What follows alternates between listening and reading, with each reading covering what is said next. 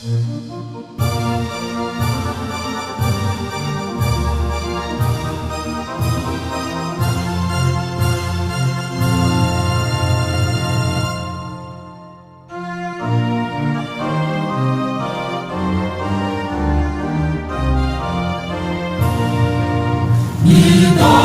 앞에 나마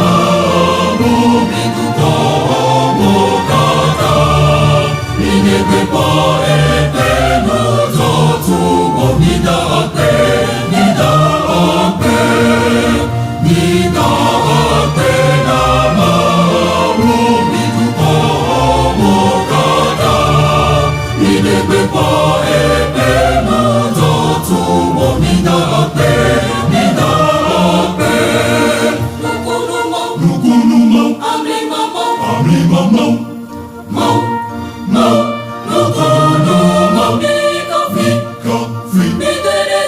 Migwerezi ebenu wawawonono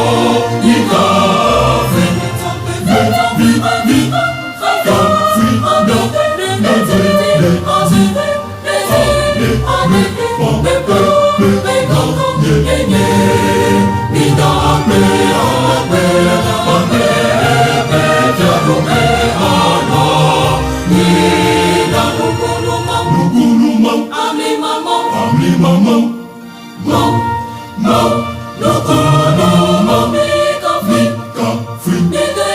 Migwerezi ebenu wawawonono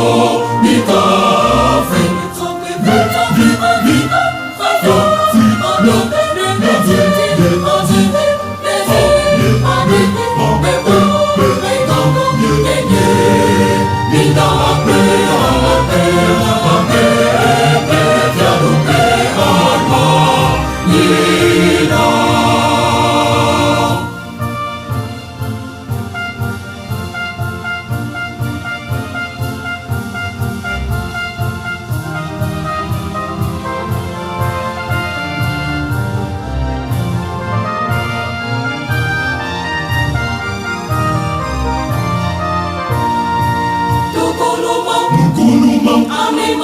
Ami mamau